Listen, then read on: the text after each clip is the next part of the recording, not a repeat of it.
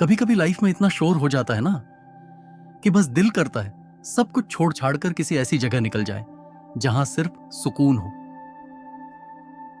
कुछ ऐसा ही हमारे साथ भी हुआ जब मुझे और अभिराज को लगा कि अब जिंदगी की भागदौड़ से एक छोटा सा ब्रेक लेना चाहिए, तो हमने बैग पैक किए और निकल पड़े गॉड्स ओन कंट्री यानी केरल।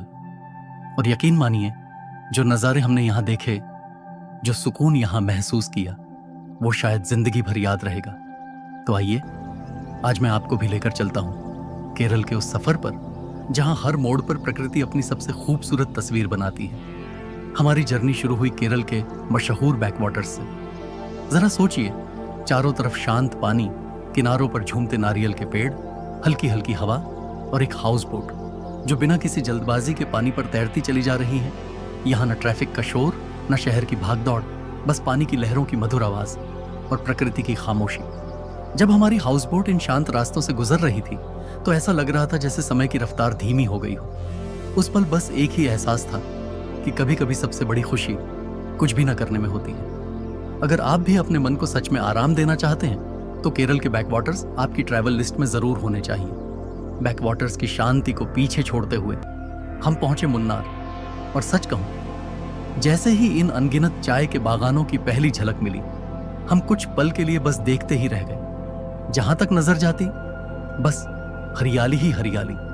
ऐसा लग रहा था जैसे पूरी धरती पर किसी ने हरे मखमल की चादर बिछा दी हो। ठंडी हवा, बादलों के बीच से झांकती सूरज की किरणें और दूर दूर तक फैले ये खूबसूरत पहाड़।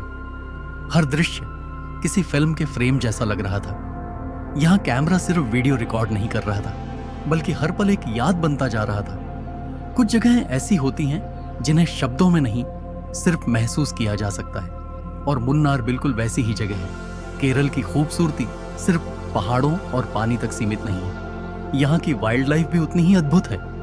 घने जंगल, ताजी हवा, चारों तरफ फैली खामोशी, और उस खामोशी के बीच प्रकृति अपनी पूरी लय में सांस लेती हुई।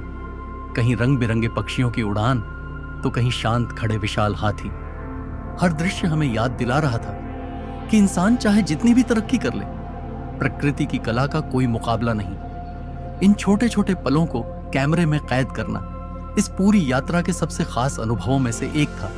और यही महसूस हुआ कि प्रकृति सिर्फ देखी नहीं जाती, उसे महसूस भी किया जाता है। धीरे धीरे दिन ढलने लगा और हमारे सफर का आखिरी पड़ाव था ये जादुई सनसेट। डूबते सूरज की सुनहरी रोशनी जब पानी पर बिखर रही थी तो ऐसा लग रहा था जैसे पूरी दुनिया कुछ पल के लिए ठहर गई हो। शायद इसी एहसास को सुकून कहते हैं। ये स्वर सिर्फ एक ट्रिप नहीं था, ये खुद से दोबारा मिलने का एक मौका था।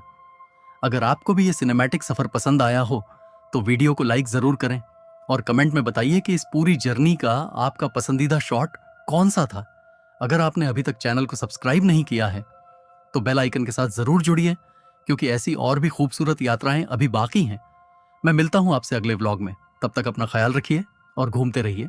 This is Anmol Raj Kaushik, signing off.